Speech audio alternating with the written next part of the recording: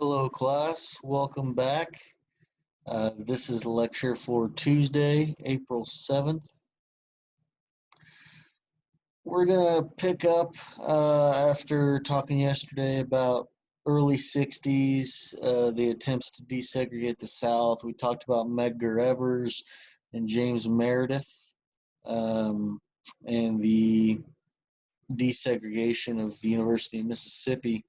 Now we're going to move on to some more national civil rights movement. We're going to get into Martin Luther King and the SCLC. Now,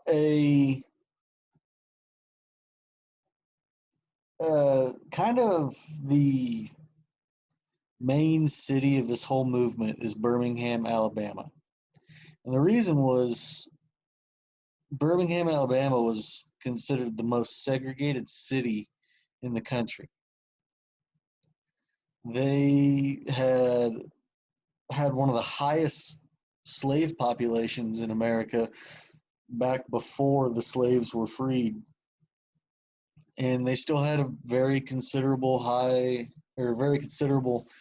population of African Americans in the 1960s.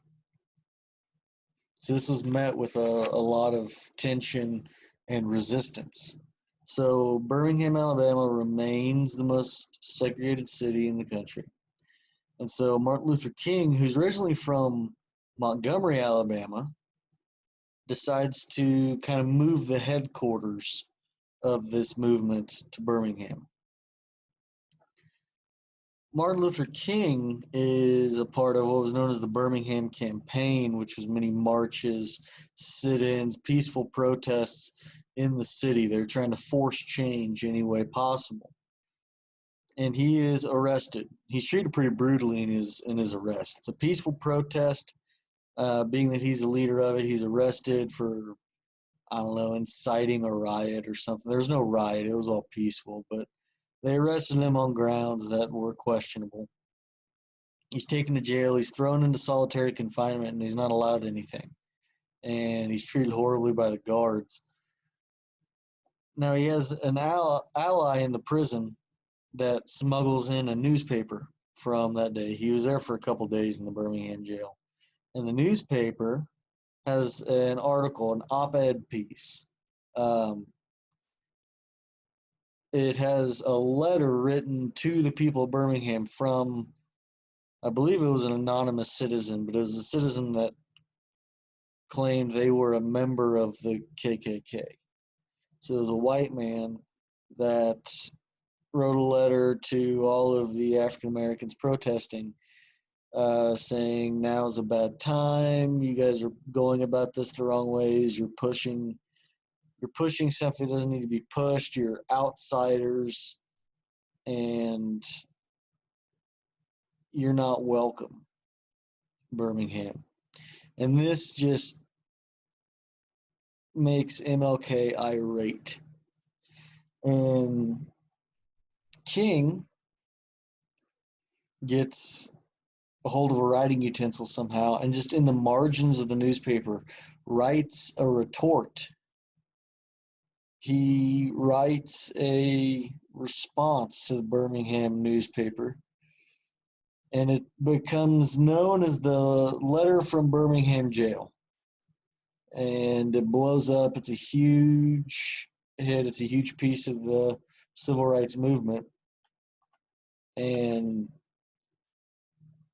in it, he talks about, first of all, he addresses the being called outsiders. He says, we are all citizens of the same country, and we all must abide by the same rules.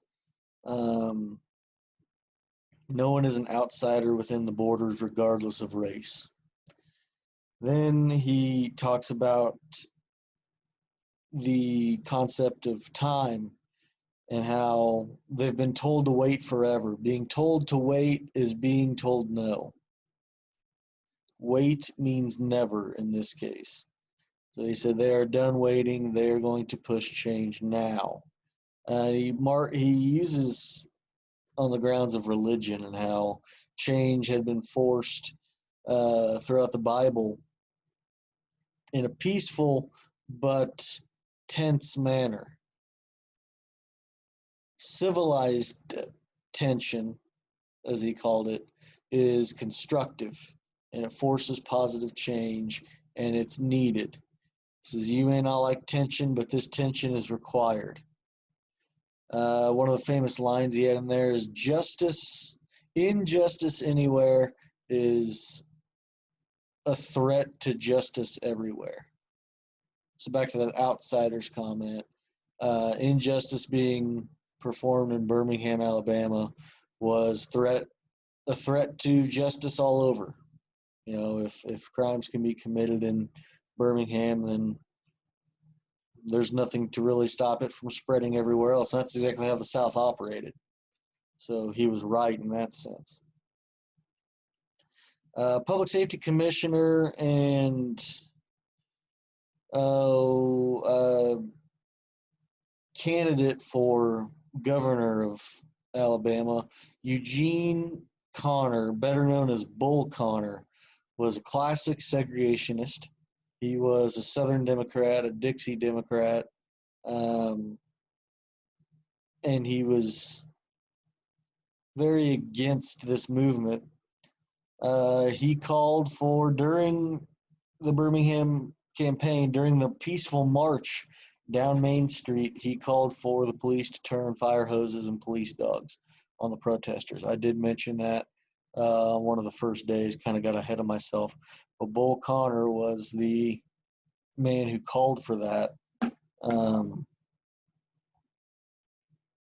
He is not someone that history looks upon very kindly.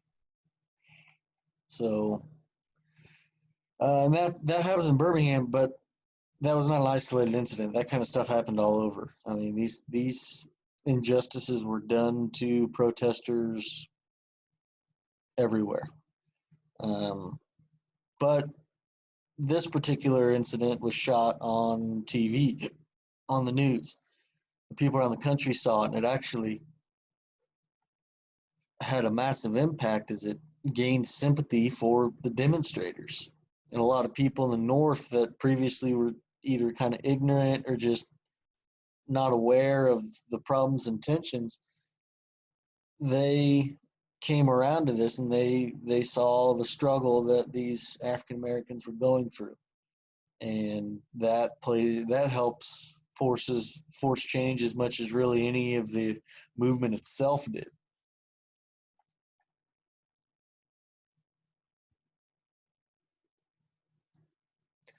Now in March of 63 the August of 63 comes the March on Washington. Maybe the high point of this entire movement, or the most recognized part of this movement. All these civil rights organizations come together to plan a march on Washington. They thought that was the most effective place to do it. There's been plenty of marches on Washington. There's a March on Washington in 1946. Also, a Civil Rights March was much less effective and it's just smaller. If you guys think back to, I believe it was the Great Depression chapter when we talked about the bonus babies, the World War I veterans that wanted their bonuses, and they led a march on Washington, and General MacArthur had them expelled and moved. That was another march on Washington. This was, the official name was the March on Washington for Jobs and Freedom.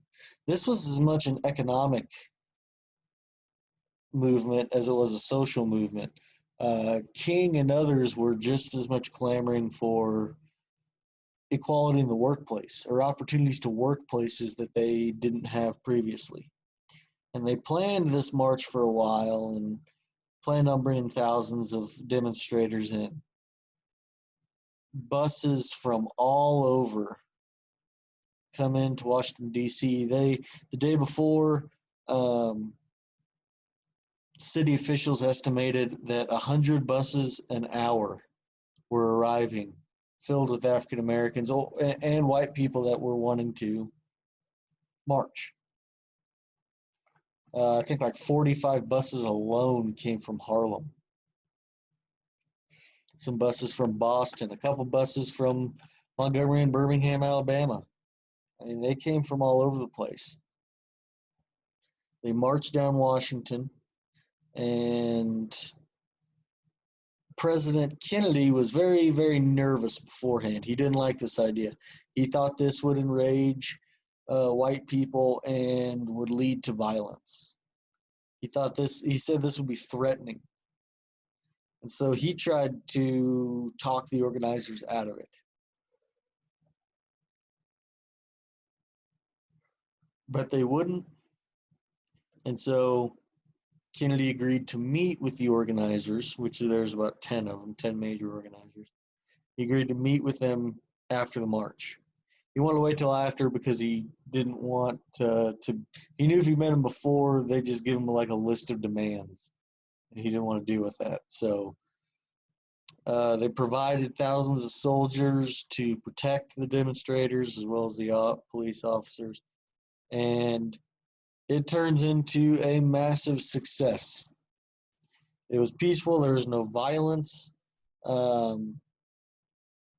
It was everything they hoped. It was televised. And the one thing that is notable from the March on Washington is Martin Luther King's I Have a Dream speech right in front of the Lincoln Memorial. This was the highlighted speech, and it's one of the most famous speeches ever. I mean, I'm sure it's on YouTube. This is by many professors and students of English. His I Have a Dream speech is thought to be one of the greatest orations ever. So, massively influential movement. And it receives a lot of positive press, and Kennedy even sees it as a personal victory because he was trying to pass the civil rights, what would be known as the Civil Rights Bill of 1964. And this movement, or this March on Washington, directly helped get that passed in both the Senate and the House of Representatives. And we'll talk about it tomorrow. But this was the high point of the civil rights movement. Extremely influential. About 250,000 people participate. Probably 85% of which were black. So 15% are white people that joined the movement, which was an increase, and it would only continue to grow from there. Now, an unfortunate event in the civil rights movement was the Birmingham church bombing about a month later. Another unfortunate, I didn't have in the notes, but following this speech, a chapter of the KKK had a meeting. I don't even remember the city now, but they had a meeting, and a couple teenage boys left that meeting all fired up, and like a 13-year-old and a 16-year-old. And on their way home, they saw two little African-American boys, like ages 12 and 13, riding a bike. One of them was riding on the handlebars of his older brother. And one of the white boys had a gun, and he shot. The one sitting on the handlebar shot him through the cheek, killed him. And the boy that was pedaling the bike was shot in the chest and killed. All because they're all fired up leaving a Klan meeting. Those two boys weren't even a part of the march. They were just wrong place, wrong time. Now, along with that, we have the Birmingham church bombing. In September 1963, an African-American church in Birmingham, Alabama, one morning during gospel, an explosion that was wired underneath the church main front steps. Sticks of dynamite were planted there. They were attached to a timer, and that timer was to go off and blow up. And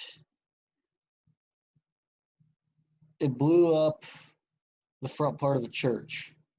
And the explosion took place right above the basement, which is where a group of little girls were changing and practicing for their time in the choir.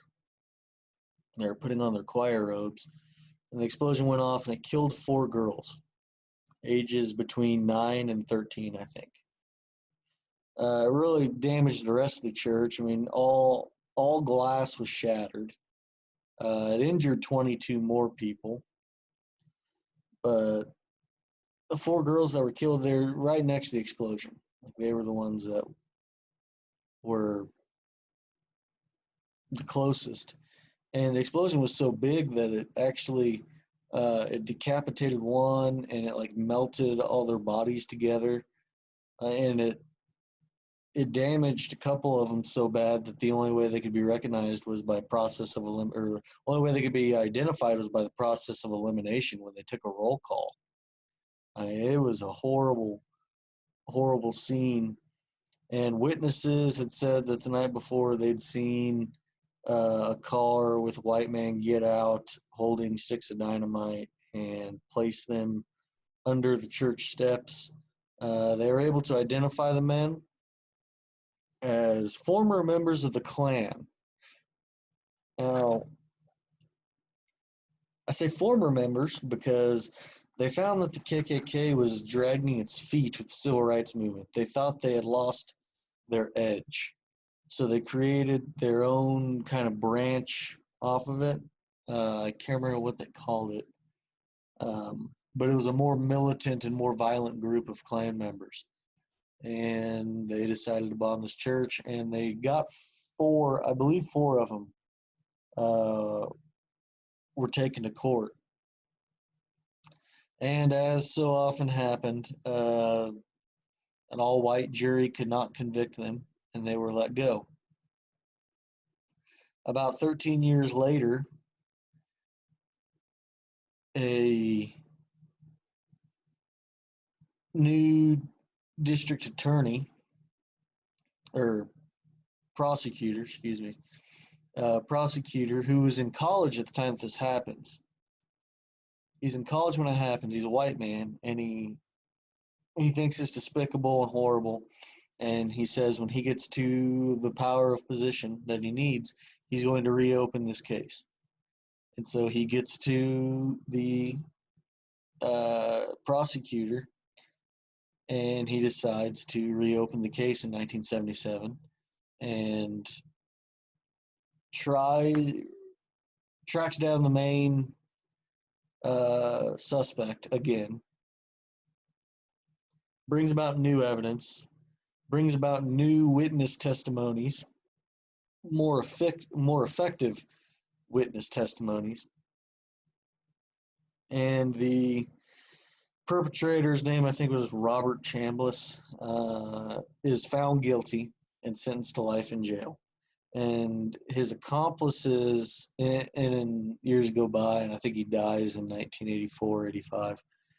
In 1994, more evidence, I guess, comes out, and they decide to try the other, well, 2 of the remaining 3. The third one had already died.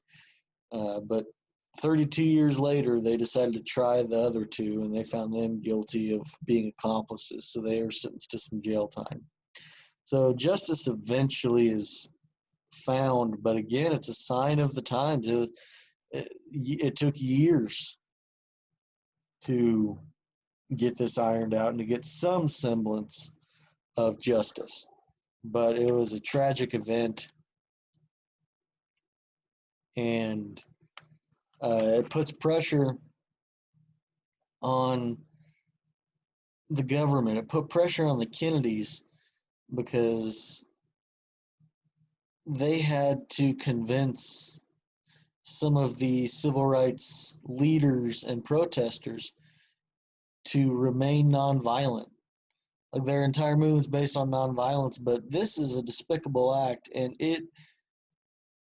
I can only imagine it's difficult to remain civil and nonviolent in the face of horrific crimes like this.